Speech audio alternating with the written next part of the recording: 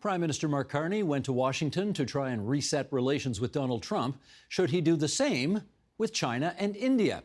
Ties with them have been strained in recent years, so can the new PM find a way to work with the world's two most populous countries? Let's find out as we ask Rohinton Medhora, professor of practice at McGill University and a distinguished fellow at CIGI, the Center for International Governance Innovation. Jeff Mahon, Director of Geopolitical and International Business Advisory at StrategyCorp. He's also an executive in residence at the Canada West Foundation. And Vina Nadjibulla, Vice President of Research and Strategy at the Asia Pacific Foundation of Canada.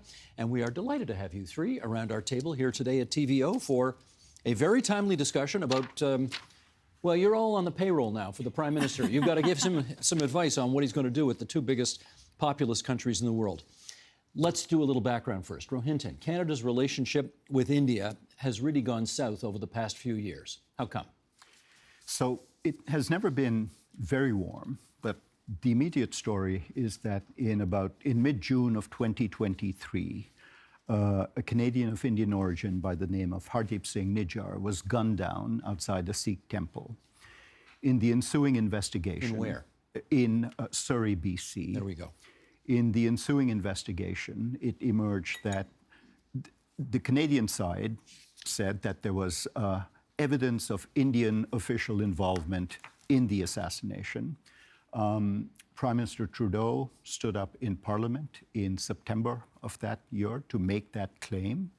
And that's led to a blow-up in which subsequent waves of diplomatic expulsions, the ending of on and off trade talks were off again, has led to a climate in which the Canadian side feels that they have evidence that the Indian side is not respecting. The Indians feel that the evidence is not as strong as we feel.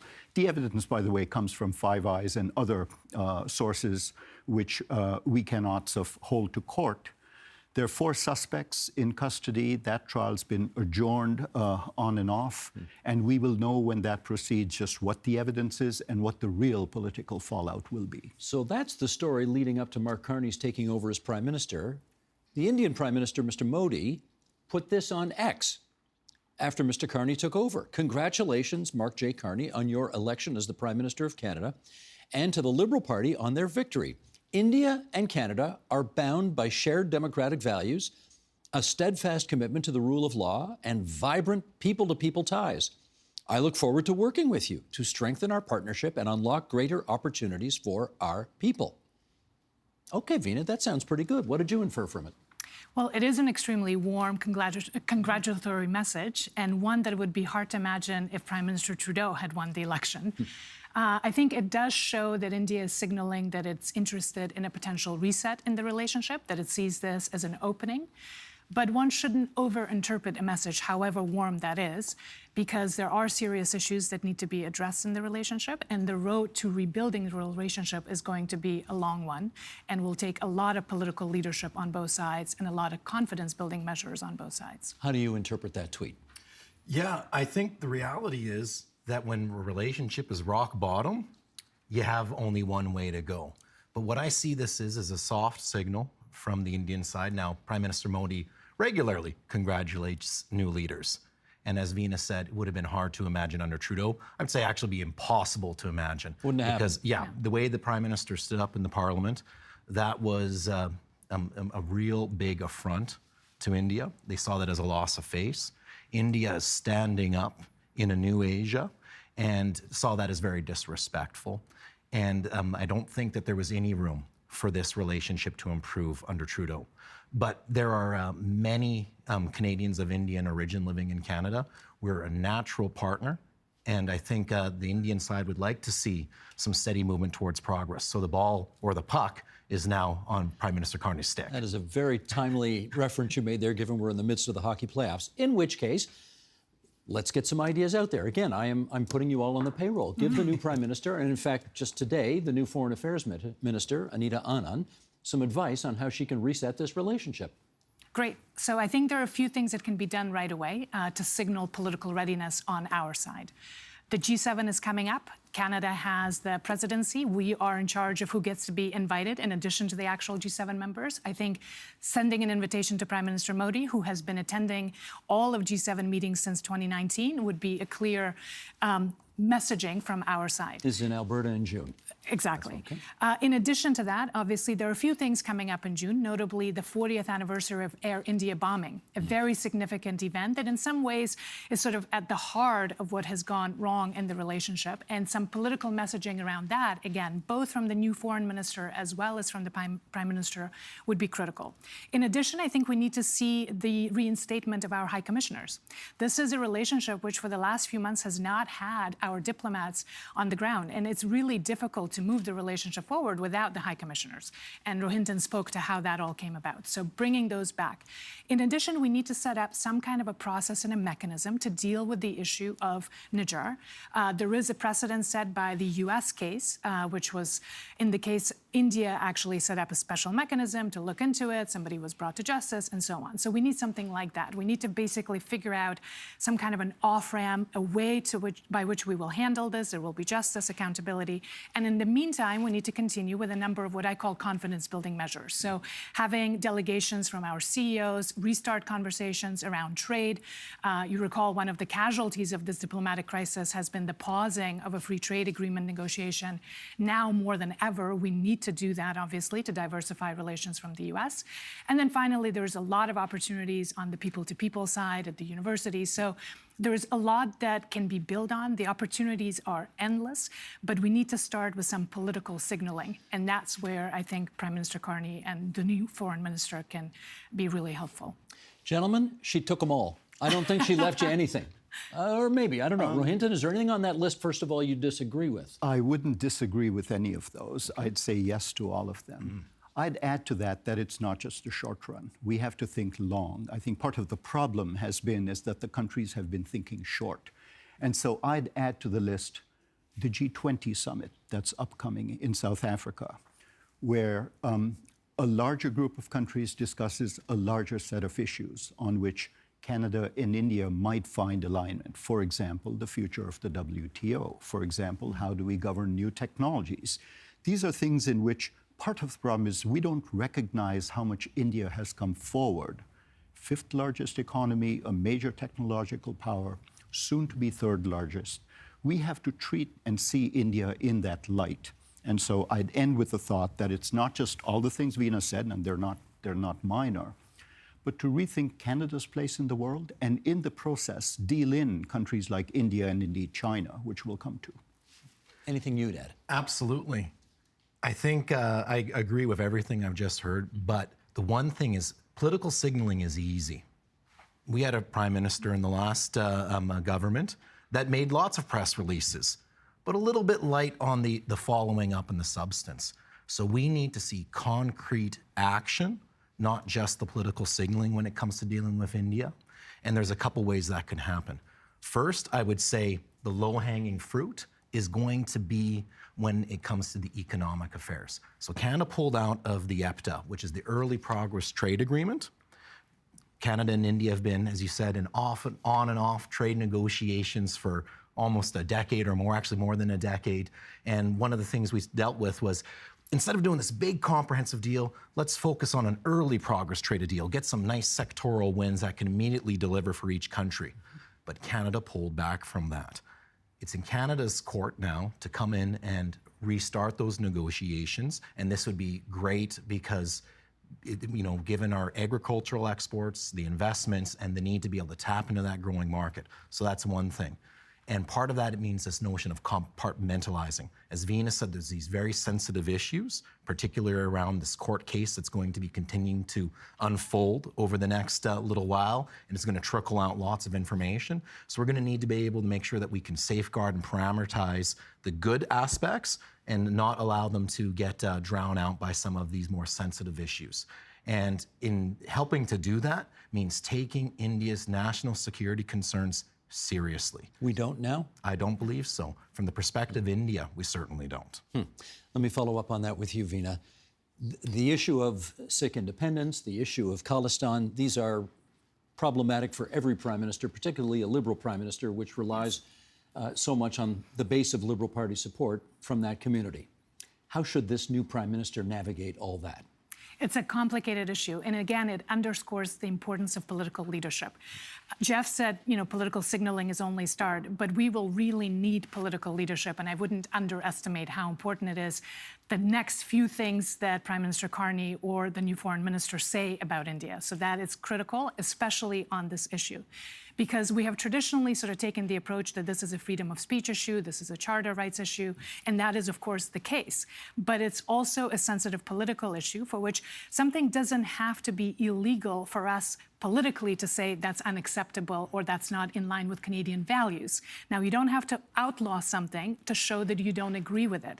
And there are certainly things that have happened in various parades or flotillas and such that glorify violence, and that is certainly un-Canadian. That doesn't go with our values, and for our political leaders to have the courage to say so would actually go a long way. And then I'll remind you that Canada is not alone in having to deal with this issue. This is also an issue that plagues India's relations with Australia, with the UK, with the US, with New Zealand, essentially other Five Eyes countries that have managed to deal with that issue as liberal democracies, but also build strategic partnerships and close law enforcement cooperation with India.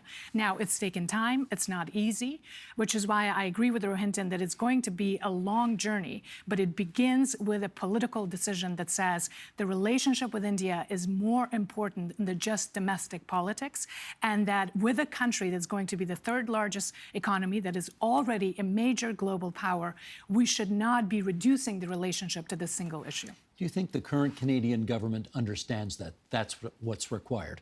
I believe they do. I do believe that the relationship between the two prime ministers previously, Modi and Trudeau, had reached the level where nothing else could get in the way, not even the good news. The cabinet, whose composition we now know, I believe gets that bigger picture. I'd certainly recommend that we situate our relations with countries like India in terms of that and think of the technology, think of the other opportunities in the next 50 years rather than what's happened in the past 50 years. But India and Pakistan over Kashmir is something that, we do not want to be kind of a drive-by accident as a result of that conflict.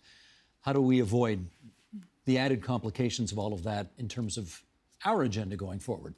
We should also be realistic. Canada by itself has zero leverage in the current dispute over Kashmir. Our relations with India are ice cold, and with Pakistan maybe slightly warmer. This is a region, and this comes back to my point about Canada's place in the world. Who can make a difference in that conflict? Certainly the US, China, Turkey, Iran, the Gulf states, Saudi Arabia. The only way Canada can make a difference is perhaps through a G7 or some kind of EU plus initiative. So we should know when to stay away from something or not make statements that help no one. And Canada did speak as the leader of G7 again. We were a little late to the party, but about 3 days after the violence really escalated, Canada did issue a G7 statement. And I think that would be the way for us to move forward. But also another element in all of this, Steve, is that we need to up our Asia competence and our India competence, right? There will be these kinds of complications in the relationship. We need to understand how both Pakistan and India view this issue. For instance, India is not interested in internationalizing the Kashmir issue, right? So whatever statements we make, we have to be really clear in terms of what we're trying to achieve. And sometimes it's better to say out than to try to get in and make things more complicated for ourselves. We jumped pretty quick from the Khalistani extremism to the Kashmir terrorism that happened. And I want to bring it back to the Khalistani extremism because this is the fundamental issue getting in the way of Canada-India relations from really meeting their potential. One of the challenges that we have is that it's a political problem, as Vina mentioned, and then there's that Charter of Rights and freedom of speech. But there's clearly things that are being said that are at the bounds. They're definitely against the spirit of the law, and we need to determine if we're actually against the letter of the law. Give an example. Well, for example, recently there was a parade and there was this Punjabi voice, and by voice I mean language being spoken in the background that could be heard saying something along the lines, I may not get the exact verbatim right here, that they should deport, the 800,000 Hindus living in Canada.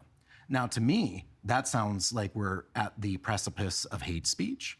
And sometimes when I speak with folks in government, they say, well, it's awful, but lawful.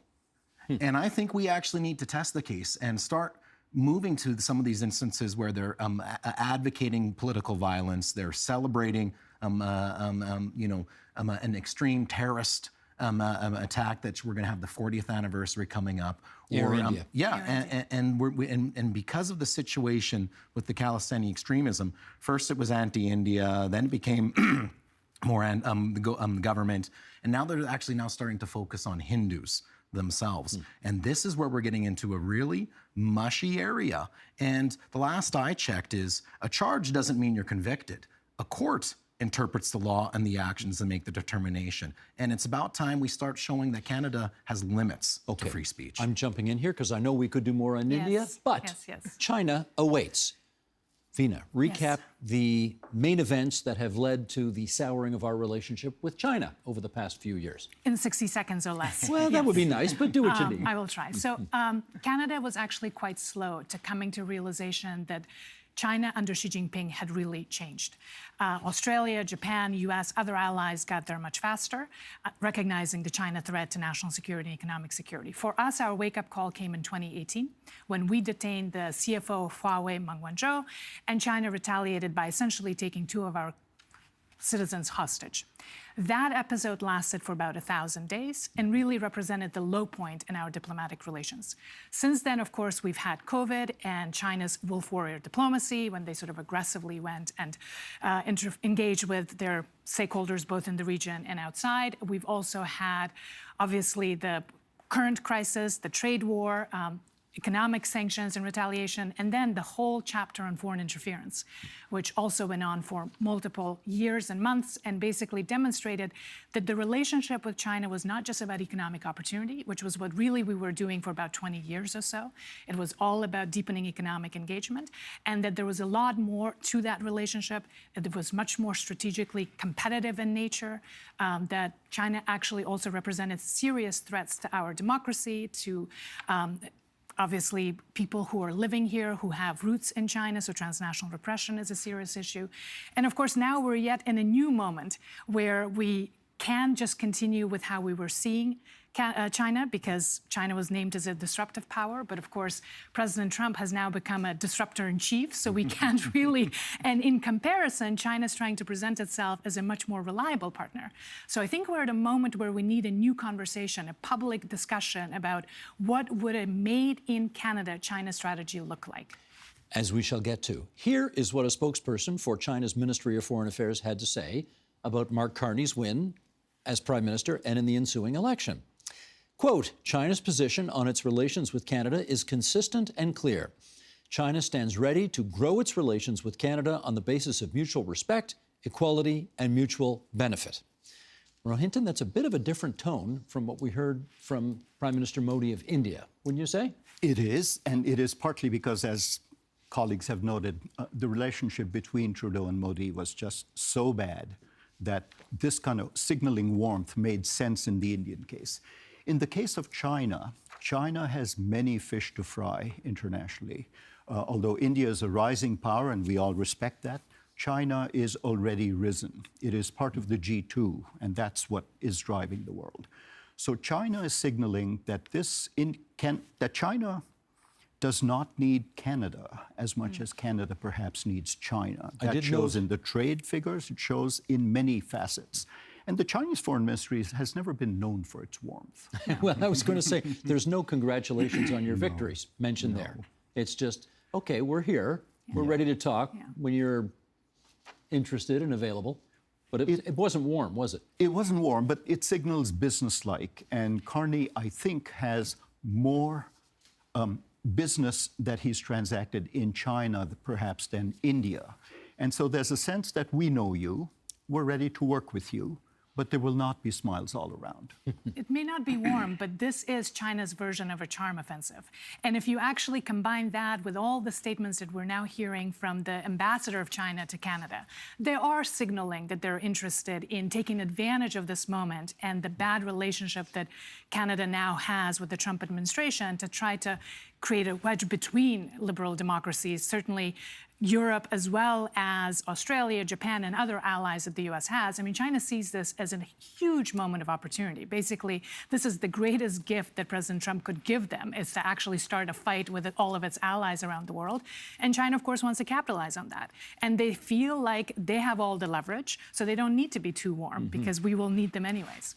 What does a reset Canadian-China relationship look like, in your view? Ooh, that's a great question. And I think before I jump to reset, I want to get to one point Vina just made. So China does see an opportunity to engage with Canada, and certainly the Trump administration's challenges to the rules-based international order, as we like to say, provides an opening. But the reality is that China has actually been trying to engage with Canada long before this instance. Indeed, once the 3Ms situation, that crisis from 2018 that Vina outlined at the opening here, came to an end. The two Michaels and Meng Wanzhou. When that crisis came to an end, China was still in the middle of its pretty aggressive COVID policy. Several months later, that came to an end, and China then started to go globally again, and they made a trip to Canada, and they were trying to find a way to restart the relationship. Who was the they? The Chinese government. So they sent. It was the Vice Minister of Commerce who came to, and again, a signal on that economic aspect. Well, that's side. what I'm wondering. Is that a high enough ranking official to send the kind of signal that we would want sent? Well, from China's view, this was a ministerial rank. It was a top trade official. But I think the main thing to focus on is not so much the levels, but that there is some intention to be dealing with things. But Canadian public situation was nowhere in a space to have that conversation. Okay, Rohinton, reset the relationship. How do we start? We have to start by finding ways to be supportive of the Western alliance, of standing up to some of China's practices, which are questionable, but at the same time not being completely part and parcel of them. As Vina said, Trump has given China a great gift to make China great again by having everyone allied against it. We might want to pick our spots. I think investment, technological exchange might be two. Security certainly would be. But above all, I think we have to recognize that it's Canadian consumers that pay the price when we enter into Trump's policies against China. And that if we're not driving really good Chinese electric vehicles that are well priced, it isn't because of something China is doing or Canada is doing, but because of these geopolitics that are now overwhelming everyone. And I would also add, it's not just Canadian consumers that are paying the price.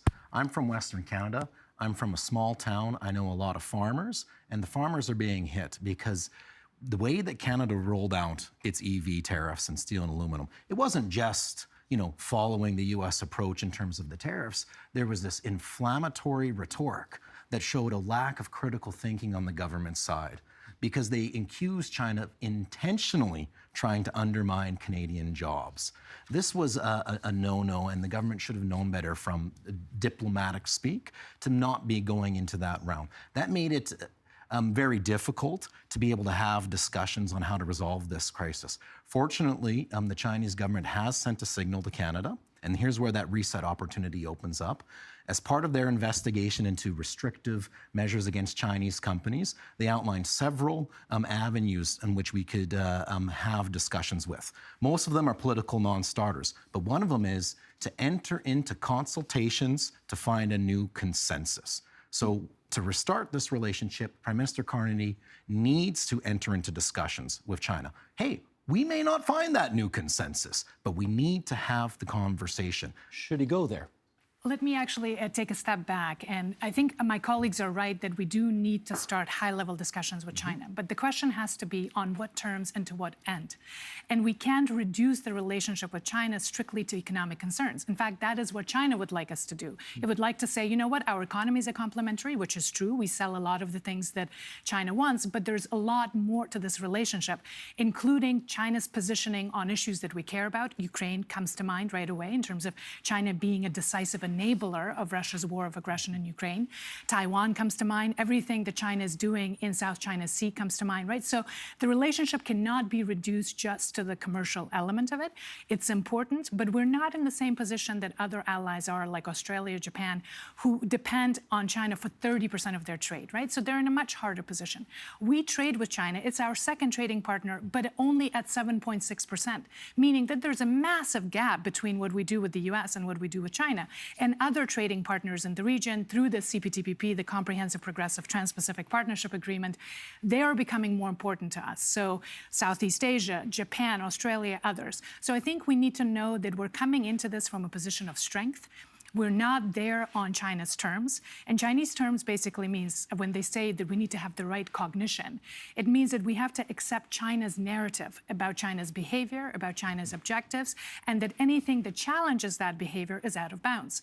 Obviously, that can be the terms. But yes, we do need to engage in dialogue. I think the debate is over on whether or not we should have high-level discussions. We do need to have them, and we need to make sure that we're able to advance our interests and protect our values. Okay, in which case, Rohinton, China, India, which is the tougher nut for us to crack at the moment? They're both tough, and in real life, we don't have those simple either-or choices. I think Canada is going to have to think of where it stands in this new world of geopolitics and geoeconomics in which China and India both matter. I'd say the opportunities are bigger in China than in India, just because China, despite all the rhetoric about using India as a bulwark against China, India is not there in terms of replacing China in global supply chains and so on.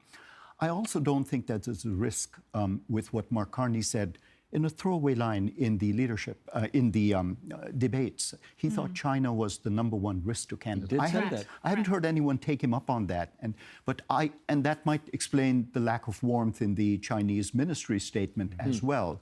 But if you know that this is both a competitor as well as a potential ally, then we're going into this in the right way. China or India, the tougher assignment? They're both incredibly difficult, but I think the path to dealing with India is going to be much easier, but it's going to require spending some domestic capital. Yes. When it comes to China, I completely agree with Vina. This is a hugely complex issue. There's many different facets, and it's not just reduced to economics. But here's the cold, hard reality. The fight we're currently having with China does have its basis in broader geopolitical competition that is inextricably linked to the economic sphere. So when even that crisis was precipitated with the 3Ms, that came down to technology and economy and Huawei, the company there. The fight we're having right now is about EVs and steel and aluminum. But when you zoom out and look from the bigger picture, you see what's actually going on here is we've got one of the world's largest economies, and it has a very, very different system of organizing, and it's dealing not just with Canada, but the liberal market democracies in general, who also have a very different system. We absolutely need to find a way to manage our economic ties that is different than how we're doing it now, because how it's being done now is leading to tensions, including some of the tensions that Vina's spoken to, but the status quo is not working. So we need to think outside the box, and I don't believe Donald Trump and Xi Jinping are going to be able to find that. So I believe Canada should take up this opportunity and go after it. I think I want to come back to an important point Rohinton mentioned in terms of, in this kind of disruptive world that we find ourselves in, where does Canada stand and with whom? And I think we have to continue to remember that we are a liberal democracy. Yes, it's a tough time to be a democracy right now. We're having many challenges internally and externally, but we cannot find ourselves to be dependent on either the US, which is becoming more disruptive and unreliable, or China, which was there first. China is actually the one who started this. Can I ask you about that, though? I mean, the Prime Minister Carney's first trip was to the United Kingdom. Yes. He then went to the Oval Office, Yes. when was it, last week? Last That's week he right. went to the Oval Office.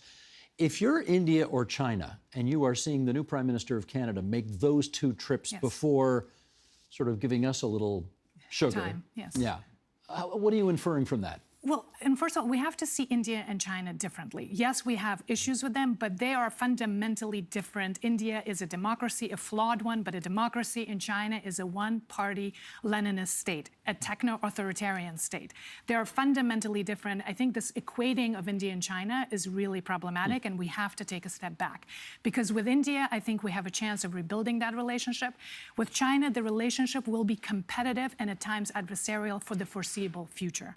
And that is because fundamentally what China wants in terms of the kind of world that China wants to live in, that's antithetical to our values and interests. Now, that doesn't mean that there are no things that we can do with them. We can continue to sell things. We can continue to try to cooperate on the global agenda around climate. So find opportunities to engage in diplomacy. That's why we have diplomacy. But the relationships are different. Now, back to your actual question on Prime Minister Carney, I think we do need to turn to Asia because the Indo-Pacific partners like Japan, Australia, New Zealand, Indonesia, India, they all matter to us in building this kind of coalition of middle powers who will resist the great power excesses both from the US and from China. This is a real out of left field question here. Okay. Our former foreign minister was Melanie Joly. Now it's Anita Anand. Does that change help in terms of trying to make a greater rapprochement to a country like India? Minister Anand's background is East Africa. She's not an Indian. No, I understand that, but she looks different. Yeah, let's be honest. She looks different. Yeah, it shows in many ways. And of course, she's an accomplished academic and scholar and politician. It shows the face of Canada that all of us have been talking about. This Canada that's a vibrant, multicultural, open society, and that's what she will take. But she's also representing hard-headed interests, Canadian industrial interests, Canadian banking interests, Canadian security interests. And so I don't think there's much room for that.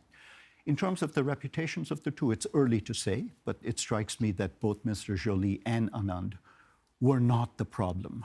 They were respected on the global stage. There were other issues in play. Absolutely. Okay, let me circle back with you, Jeff, to that issue of Mark Carney has, UK first, United States second, talking to the European Union. Does it look, if you're China or India, like they are being backburnered at the moment? I don't think so. We're so early in. Heck, the government just came in today.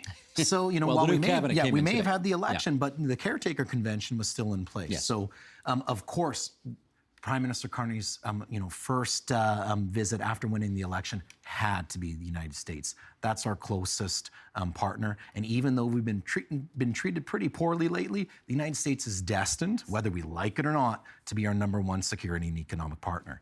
But when it comes to dealing with China and India, and as Vina's pointed out, China is it's our second largest trading partner, but it's a sliver. So I don't think we're actually at risk of becoming dependent on China anytime soon. And no serious voice is calling for the elimination of U.S. ties and running into China's arms. So what needs to happen is we need to move fairly quickly in trying to settle both of these relationships and put some paving stones down. Canada needs to take the first steps. I completely concur with Vina's recommendations on the G7 and also attending the 40th anniversary memorials for the Air India tragic bombing.